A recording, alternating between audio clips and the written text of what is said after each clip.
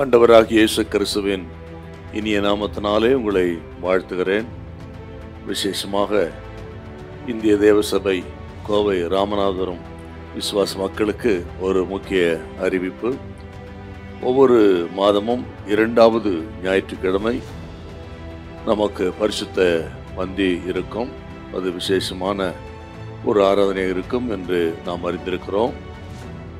அந்த பந்திக்கு முன்பு சனிக்கிழமை நாம் காத்திருப்பு கூட்டம் நடத்தி சபையை பரிசுத்தப்படுத்தி நல்ல பரிசுத்த நிலைமையில் நாம் ஞாயிற்றுக்கிழமை பந்தி ஆசரிப்பது வழக்கம்.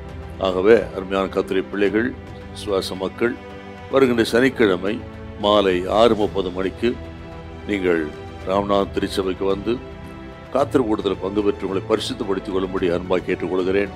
பரிசுத்த நிலைமையில் பரிசுத்த பந்திக்கு போக கர்த்தர் உங்களுக்கு உதவி செய்வாராக. அது உங்களுக்கு ஆசீர்வாதமாக இருக்கும்.